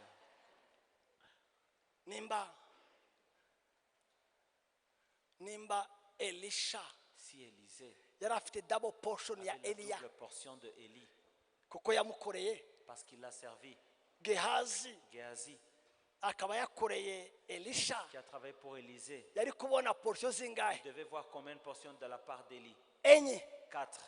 zande De qui? za Eliya D'Élie. yavanye mu iki Qu'est-ce qu'il a repris? yatahanye iki Qu'est-ce qu'il a pris? ko mutamfasha bakundwa yatahanye iki Qu'est-ce qu'il a repris? yatahanye iki La lèpre. ibibembe urumva hagati y'ibibembe na four portion hagati Entre la lèpre et 4 portions, hari ugukunda ibintu il y a l'amour, la convoitise, l'attachement des choses matérielles. navuga Esawu Je parlerai d'Ésaü, wagurishije uburenganzira bw'imfura y'imfura ya Aburahamu qui a vendu son droit d'aînesse d'Abraham. icyavuyemo ni iki Et ce qui en est sorti, yatakaje iki akabonye il a perdu ce qu'il avait droit. navuga uriya mugabo Akani Je peux parler d'Akan, watewe amabuye n'umuryango we qui a été lapidé par sa famille, kubera umururumba w'ibintu avec sa famille, à cause des choses matérielles. mundebe mbabwire Je vais vous dire ceci, regardez-moi. iyi cace dutangira Quand cette église a commencé, inshuti zanjye zarambwiraga gutya mes amis disaient ceci. iyo utangiye akazi Masasu church Massaso, quand tu commences une église, kubera abantu baza benshi baba bavuye mu isi parce que les gens viennent nombreux du monde, ntukavuge sanctification cyane ne parle pas beaucoup de la sanctification. oroshya kidogo Diminue un peu. nimara gutinda Si l'église devient grande, bamaze kwinjira quand ils ont commencé à entrer, ujye wavuga sanctification là tu peux parler de la sanctification. ariko bakiza Mais gutya quand ils arrivent dès le début, haracyari abafana il y a encore des fans, haracyari abapagani il y a des païens, hari abakiri mu nzoga zabo il y a des gens qui sont dans l'alcool, n'ubusambanyi et bwabo ils sont aussi dans leur impudicité. hari abara mu kabari bakaza mu gitondo ku Il y a ceux cyumweru qui passent la nuit là-bas dans les campagnes. Masasu oroshya message Massasu, allège un peu ton message. jya uvuga urukundo rw'Imana Parle de l'amour de Dieu. mbega urukundo rw'Imana yacu ntawarondoro korongana risumba ukwezi risumba izuba kandi ikuzimu rugerayo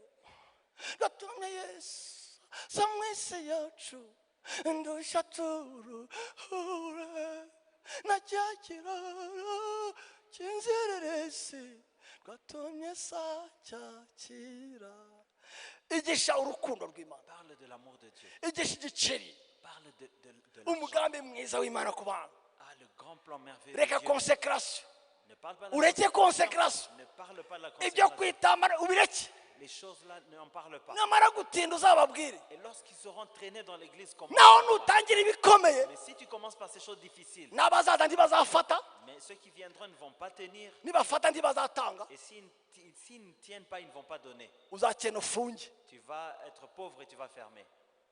sindafunga Je n'ai pas encore fermé. mwabaye benshi Vous êtes nombreux. muratanga Vous donnez. mumaze kwitanga Après, vous êtes donné vous-même. uzi impamvu Vous savez pourquoi? nubwo umuntu yishimira abamubeshya ariko akunda abamubwiza ukuri Même s'il y a des gens qui aiment ceux qui les mentent, ils remercient ceux qui leur disent la vérité. nubwo utakwishimira ukubwiza ukuri kukugonga Même si au moment où on te parle, on te dit quelque chose, la vérité tu n'aimes pas. ariko mu mutima wawe imbere Mais dans ton cœur au fond, niyo wahitamo tu choisirais. pasitori ugushimashima muri sense y'ubwoya Le bwawe pasteur qui va te rester dans le sens du poil, umukunda mu ntanguro tu l'aimes au début. ariko ugiye gusenya urugo ntumuhamagara Mais lorsque ton foyer va être détruit, tu ne vas plus l'appeler.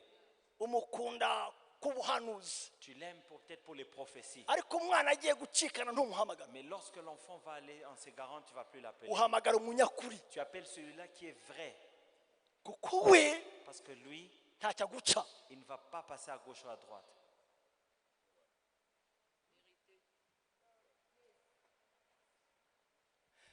mwicaci iyi Et dans cette église aussi, leta yacu y'u Rwanda l'État du Rwanda, itunze ikomeye il nous connaît. muzayiha amafaranga Vous allez donner de l'argent. kubera muzaba muyafite Parce que vous en avez. muzubaka igihugu cyanyu mudafite ubwoba Vous avez dans votre pays sans avoir peur. ariko abo Mais eux, bazaba abantu ils seront imitima yabo des hommes dans leur cœur yavuye ku mafaranga ont quitté ijya ku mana ils sont éloignés des choses imana matérielles. itegeka Ils sont amafaranga attachés à Dieu. Dieu leur a donné de l'argent. no imana itegeka amafaranga Dieu ordonne à l'argent kubakurikira de les suivre plutôt. kuko yizeye ko batayihemukira Parce qu'il sait très bien qu'ils ne vont pas. ubwo nibo bwoko turi gushaka C'est ce genre de gens que nous cherchons. mureke ibintu Laissons ces choses. bizabakurikira Ça va vous suivre. mureke ibintu bizabakurikira Laissez les choses, ils vont vous suivre. bambwira uti masasu urivugisha uragenda muri V8 Massasso, tu parles comme ça alors que tu roules dans une V8. ndakubwira amakuru ya V8 Je vais utazi vous donner l'histoire sur la V8 que vous connaissez. iriya modoka Vous savez, cette V8 là, sinjye watekereje kwigurwa ce n'est pas moi qui avais pensé qu'on l'a. sinari nzi ko banayiguze Je ne savais même pas qu'on l'a acheté.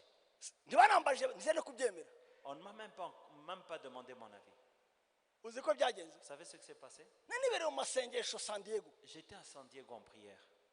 ofisi yanjye vice wanjye na ofisi baravuga bati Le vice ainsi que mon bureau, ils ont dit umushumba wacu notre pasteur, tuzamukoreye surprise nous allons faire une surprise pour lui. yagiye gushaka imana Il allait chercher Dieu. tujya kumwakira ku kibuga cy'indege Et alors que j'étais simplement à l'aéroport, tuzamushyira urufunguzo nous rw'imodoka allons quand il sera à l'aéroport, on va lui donner la kandi clé imodoka nziza et une belle voiture. tangira kwigirisha gutya ndibuka nandikira email papa papa turinge mubaza ibya cross country ariko gutyo nibariza bari kubariza abandi naho bari kumpima surprise Alors qu'ils étaient en train de préparer toute une surprise pour moi. iriya modoka ni credit ya ofisi yanjye Ça, c'est un crédit de notre bureau. bafashe ntanabizi Ils ont pris, je ne savais pas. barananginginga please ntuyange kuko njyewe nzi abanyarwanda Ils m'ont refusé. abanyarwanda Ils ont dit ne refuse pas ce. bazi ko pastor agomba kuba ameze nabi kandi yandiye ibibazo bitari bimwe Parce que beaucoup de Rwandais savent que kuko doit kubo être nta dans une mupasitori mauvaise wagatuza usibye kereka abaye igisambo kandi njye sindi igisambo njye ndi umubyeyi posture. Et moi, je ne suis pas un voleur, je suis un parent. njye sindi igisambo Je ne suis pas un voleur. sindi igisambo kandi simfata ku bintu Et je ne prends pas sur les choses. iyo mfata ku bintu sinakabaragiye nakabasumbanishije harabonaga haye umwanya n'abandi Sinon, nkabasuzugura j'aurais commencé à faire sindi igisambo masasu donner plus de temps aux uns et pas aux autres. kuko hari uburyohe navumbuye mu mana hari uburyohe navumbuye mu Il y mana a des délices que j'ai trouvées en Dieu. n'igihe ntariye numva ndyohewe muri presence ye Même quand je n'ai pas mangé, je me réjouis de la présence de Dieu. iyo ntahemukiye ngishonje meze nabi sinzayihemukira maze nshaje nguze yaranyeretse kwizerwa kwayo ikamba urubyaro igihe cyo guhemuka cyarangiye Le temps de pouvoir décevoir est déjà passé. Il s'est manifesté à moi quand je n'avais rien. Je ne pourrais pas le faire quand j'ai toutes ces choses. imana ishobora kuguha umutima uvuye ku bintu Dieu veut ce cœur Reka détaché mbasetse. des choses. Je vais vous dire ceci. iyo ukunda ibintu Si vous aimez les choses, ntibabiguha on ne te les donne pas. urabishakisha Tu les cherches. ukajya uhanurira abantu ubabwira imana iravuze commences à amafaranga penser yose ufite yazane Tout l'argent que tu as, Dieu a bakayakwima ne ureba va pas te le donner quand tu les regardes. ukihanurisha ndabona umukoro upfa tanga igitambo cyo kwicungura Et bazayakwima il va ureba mourir. Donne ceci. Ils ne vont rien te donner. n'uyaguha none ntazayaguha ejo Même celui qui en a, il ne te donnera pas demain. uzihanurisha ndabona imana imbwira ndabona ndabona leopold imana ikubwira ngo vidura konde vidura irashaka gushyiramo ibindi bishya Dieu dit, vide ton compte et donne tout ça. Il va te donner de nouvelles choses. masasu sinzatitira Et moi, Massasso, je ne vais pas sinshaka ko trembler. umuntu azirata ko yambeshejeho kandi ifite imana imbeshaho Je ne vais pas avoir peur parce que j'ai un Dieu qui s'occupe de moi. icyo nzagiharanira kugeza mpfuye Jusqu'à ma mort. kandi azabinshoboza Et je sais qu'il le fera. simple C'est simple. icya kane ndangiza La quatrième chose, en terminant, icyo cyari personal Ça, ariko c'est numva quelque ko hari chose de abari personnel. tugisangiye mais je voudrais vous partager cela. arambwira amasasu Il m'a dit, Massasso, mu bintu bisazisha parmi les choses qui font vieillir, ubumara c'est le venin, ubumara buri mu mutima w'abantu le poison qui est dans le cœur des hommes. ubumara butewe no gukomeretswa n'abantu Le poison qui résulte des gens qui t'ont fait mal, qui t'ont blessé. ibyo bimaraho imyaka yo kubaho Cela réduit le nombre d'années de vie de quelqu'un. kandi bamwe Alors que certains, ubumara utwaye muri wowe le poison qu'ils ont en eux, ni urukundo bafitiye. c'est l'amour que tu as pour eux. Urashobora gukunda umwana Tu peux aimer tellement un enfant. izerede ine Viens un peu. ngifuza ko uyu mwana afunga buto zombi. Ferme le bouton.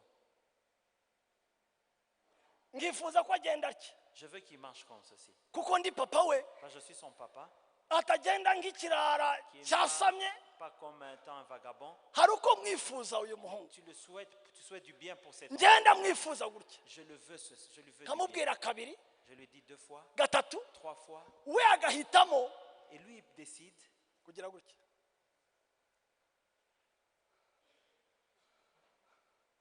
Bana mu mbuto zose, hanyuma zamura koro y'ishati na koro ya veste, ngaho ihengama kidogo nk'umwana wa Rayon Sport. marche comme tu veux maintenant. Dore uyu Voilà. urabona uyu musore Vous voyez comment est-ce qu'il marche? njye mwifuza nde Je le souhaite. tugende hariya bakubone, tugende hariya bakubone. Va là-bas qu'on te voit bien derrière. Njyewe ndashaka ko aba classique Moi, ariko je dore veux uko qu'il abaye. soit classique, mais regardez ce qu'il fait. Igrabati ntabwo ifu gutya, Mais la cravate n'est pas bien. ariko gutyo igira gutya, Voilà ariko un bayigira peu gutya nk'abayinaniwe. Ya urumva, urabona Vous voyez comment est-ce dore qu'il dore est? murebe. Njye namwifuza nde, namwifuza classique, Je le souhaite du classique. namwifuza yafunze buto Quand il a fermé, kubera ko atari uko mwifuza. mais parce qu'il n'est pas comme je le souhaite, Umutima wanjye akibye ukavirirana mon cœur, comme parent, commence à me faire mal. kandi bikandya cyane Et ça me fait très mal. ko nakwifuza ko yakabaye ukundi, Parce que je souhaiterais qu'il soit cyangwa se mais ceci. Ou bien, tujyanye ikibazo n'uyu muntu on a un problème avec lui, tukiyunga, on se, njye nkiyunga n'umutima wose. on se réconcilie Na ensemble. we n'umupolitisiye w'umunyedini Mais lui, il est politicien dans l'église. yiyunga nk'ujya Arusha Il me donne la main là na Sun City, comme les négociations d'Arusha. noneho njyewe namwisutsemo, Moi, je viens entièrement. kumbi we yansondetse. Mais lui, il n'est pas venu. Noneho nkagenda avuga wa haleluya muntu w'Imana, kumbi yansetse. Mais lui, il a souri. Ngavumbura nyuma ko, Mais après, ngavumbura yuko je découvre ceci. yankiniye agakino. Il était en train de se moquer. Njye nagiye mu ijuru wajya Arusha, Moi, je suis allé au ciel, lui, il allait à Arusha. maze akantwenga. Masasu yaje yasamye azi ko byarangiye ariko naramukinnye gusa. Masasu ni igikongomani kiba cyasamye, Quelqu'un qui vient du Congo là en train de sourire, d'ouvrir la bouche. bikamvuna. Et cela me fait mal. Atari uko ndi umukongomani gusa, C'est pas parce que à cause du fait du Congo, nibo bari abaspontane kera, c'était qui était spontané avant. ariko nuko gusa nemeye ko Kristo nzajagura. Mais parce Kuko que j'ai accepté que icyo Jésus batazi, nanjye ndi umunyarwanda dit que moi aussi je suis rwandais. w'umusopeki wavukiye mu Je suis Rwanda, né au Rwanda. Je suis sauvé. hakurya ya Nyungwe, Là-bas après Nyungwe, hakurya y'ishyamba. après la forêt de... Waragiye ihene, ihene ziri expert, urakaragira intama, ihene ziri indiscipline, kuziragira bisabye expertise. Les chèvres sont indisciplinées vraiment. Si cyo gusa ndakana kavanze umujyi n'icyaro, Je suis un mélange de la ville et du village. nokeje amateke ncana n'inyoni ndazirya,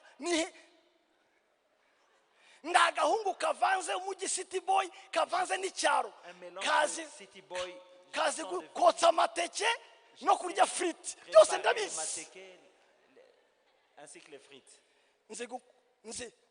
nzi kuragira inka, Je sais paître les vaches, nzi kuragira utunyana n'utumasa, les petites vaches, les petits taureaux.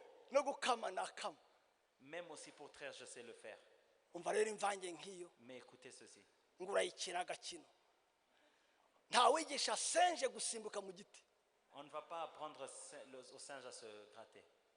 à sauter dans les, kuko naturellement les singes est dans les arbres. Parce qu'il sait déjà, il vit dans les arbres. Wowe ukaza uri umwana w'Imana, Toi, tu viens comme enfant de Dieu. we akakubona nk'igicucu cyavuye Kongo kidatekereza, Et lui, il te voit comme quelqu'un qui a de la sottise.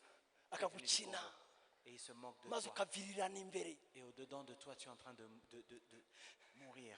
Masaso rero nsanga hari abantu mpetse, Alors, je me suis rendu compte que je portais beaucoup de gens. bamwe ndabahetse gutya, D'autres, je les portais au-dessus. abandi mbaziritse gutya, bamwe Ils ndabaziritse allaient dans mon cœur. abandi ndabahetse. D'autres, je les ai portés, d'autres, je les ai ficelés autour de moi.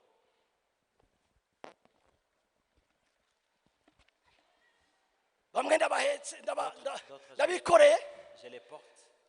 abandi mbaziritse hano D'autres, je les ai gardés ici dans mon cœur. maze barandemereye we Oh, ils pèsent sur moi. barandya imyaka. Ils sont en train de manger, de consumer mes années. Imana imbwira ikintu mu cyongereza. Et Dieu m'a dit ceci en anglais. Let go. Laisse-les partir. Abandonne cela.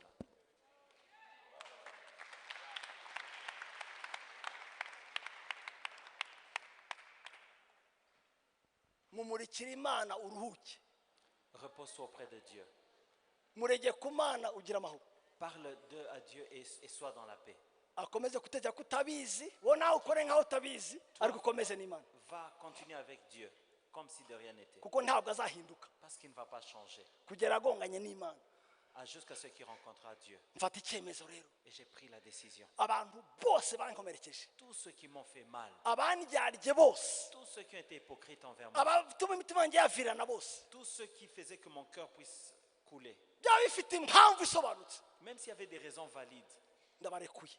Je les libère. Ndabateretse. Je les mets par terre. Masaso ndashaka umusore udasaza. Moi je veux rester jeune, je ne veux pas vieillir vite. Ntawe nzazirika. Il n'y a personne que je vais garder. Personne ne va être sur mon cœur. Et s'il y a quelqu'un avec qui tu as un problème, qui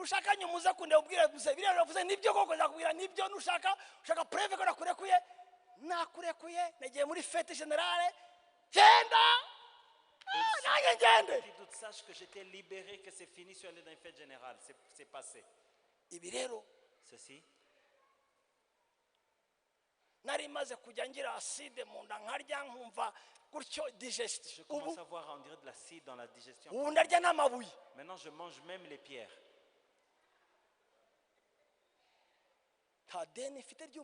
Je n'ai aucune dette envers quelqu'un. Nubona kwifuriza neza ntakundi neza mwifuriza ndabubwira genda wenda Imana igira neza izaguhura nawe ariko ngewe ntabwo uzamvuna nijoro n'amanywa sinza ndakurekuye just I'm gonna pray for you and peace. Je vais prier pour toi avec la paix. Dieu désire que nous libérons de nos cœurs toutes les personnes qui nous ont blessés et nous ont instillé un poison. Bongeraho nakandi venin, naka venin ou une colère due à leur mécomportement vis-à-vis de nos attentes de leur part, afin que nous soyons guéris, libres, rajeunis, respirons, renouvelés, recréés, régénérés, refaits. Imana irifuza ko turekura mu mitima yacu dutura abantu bose badukomerekeje bakadusigamo ubumara cyangwa umujinya wo kuba batitwara cyangwa batari uko twakwifuje ko baba kugira ngo dukire kwa ngo tube basha. Imigisha ibiri. Deux bénédictions igiye ugaragara qui vont se manifester. Imana igiye ugaragara. Dieu va se manifester utavunitse sans que tu aies à faire beaucoup d'efforts. Deuxièmement, il va t'élever sans que tu le mérites. Ce que tu dois faire, que tu le cherches de tout ton cœur, te mets debout dans ta place. Il va se manifester, il va t'élever. La quatre choses, responsabilité. Premièrement, que tu l'aimes intentionnellement. Deuxièmement, que tu te sépares de toute souillure qui te salisse. La troisième chose, que tu sois détaché des choses matérielles, que tu le cherches plus que ces choses. La quatrième chose, que tu sois libéré de ces gens que tu as gardés, ficelés, et ceux que tu portes sur toi.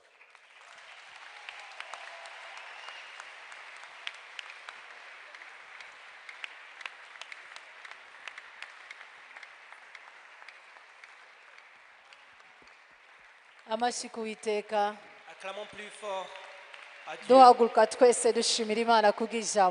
Tant que nous nous levons et nous bénissons Dieu pour la parole, Dieu va se manifester. Il va t'élever. Il va opérer des miracles entre nous. Mais il y a des responsabilités. Il y a des responsabilités à assumer. no kugarukira Imana. C'est retourner à Dieu. No kugarukira Imana. C'est retour ese hari umuntu ushaka gukizwa uyu munsi? S'il y a quelqu'un qui veut être sauvé aujourd'hui, ashaka ko Kristo amubera umwami n'umukiza. donner ta vie à Jésus. Mbere yo gutangira kureba inshingano ugomba, Avant même que tu ne regardes sur le reba niba Kristo ari mu mutima wawe. donne-lui Niba ton koko cœur. utunze Kristo, Si tu n'as pas Jésus en toi, reka dusenge n'abumva ko bashaka kwakira Kristo baze hano imbere nous allons tubasenge. prier ceux qui veulent recevoir Jésus. Ariko natwe dusenga dusaba Imana Mais pendant la prière, idushoboze kuyikunda, qu'il nous fortifie tuve à mu bintu l'aimer, byose bitamuhesha icyubahiro, que nous puissions l'aimer très pur, tukuremo impurity cyangwa se ubucafu. qu'il ôte de nous de toute impudicité, Dusaba impurité, Imana, que nous demandons à Dieu. dusaba Imana Nous allons demander à Dieu idushoboze kuyikunda, qui nous rende capables de l'aimer. kuko nituyikunda Parce que si nous l'aimons, tuzayubaha, nous allons tuzakora ubushake bwayo, l'adorer et faire sa volonté. tuzakora ibyo adusaba Nous gukora, allons faire tout ce qu'il nous demande. kandi tuzarekura benshi. Et nous allons lâcher Hari nous abo allons twafunze libérer mu tous mitima yacu, ces gens que nous avons twanze emprisonnés twanze dans notre twanze cœur, kurekura. que nous avons haïs. Zamura amaboko yawe dusenge, Lève ta main. kandi dusaba babandi bashaka gukizwa baze hano tubafashe Nous kwakira demandons Kristo. de ce même pour ceux Ntabwo gens qui uzabishobora veulent udafite recevoir Kristo mu Jésus. mutima Tu ne wawe. peux pas le faire.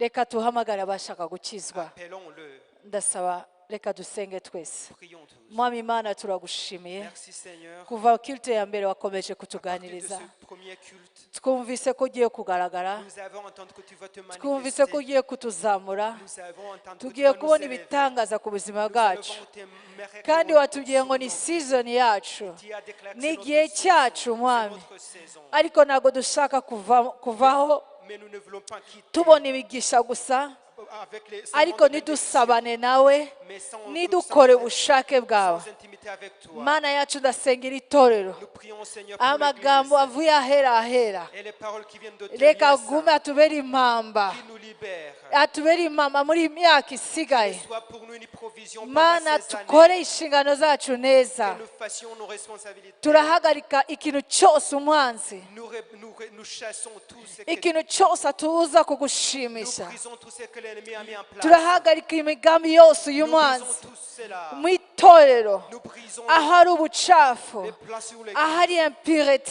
où il y a la sueur, turatura Mana, où il y a l'impurité. Nous turatura déclarons, data mwiza, nous déclarons, Papa, kwera kwawe mu itorero, ta sainteté, turatura kwera kwawe, ta pureté, kwera ku bagabo, ta sainteté sur kwera les kwawe hommes, ku bamama, ta sainteté kwera sur les kwawe mamans, Mana kugaragare ku rubyiruko. ta sainteté sur chacun de nous. Mana yacu sur la tugenderere, jeunesse. Oh Seigneur, tukubone mu itorero que nous ryawe, te voyons, Papa, kandi abatarakumenya et qu'est-ce qui nous passe encore bakugarukire, tu guéris, kuko ni wowe udukunda parce que c'est toi qui nous aimes. kandi udufitiye imigambi Il y a myiza. des bons plans pour nous, Umugisha itorero ryawe, avec sur ton église. umugisha n'uwaje kwakira Bénis Kristo. ton église, Seigneur. Mana turagushimiye tugukomeye amashyi Nous t'acclamons, ko Papa, ugiye kubikora que tu vas le ibirenze faire. ibyo dusaba Tu vas faire n'ibyo au-delà de ce que nous dutekereza. demandons. Reka dushimire abakiriye Kristo uyu Nous munsi, bénissons Dieu pour ceux qui ont reçu reka Jésus. tubahe amashyi cyane. Nous applaudissons, nous les Turabakiriye acclamons. mu izina Nous rya Yesu acclamons Kristo. pour eux. Niba uri hano kandi watinye kuza hano imbere, Tu es encore là et tu n'as pas eu le courage. ntutinye, Prends courage. ngwino turebe, Viens, kuko bitangira mu gukizwa. viens recevoir Jésus. Parce que c'est Ibyo le commencement. dadi yatwaturiye Parce que c'est que je ntabwo ushobora kubyakira Papa utarakira a Kristo. déclaré, ça commence avec le salut.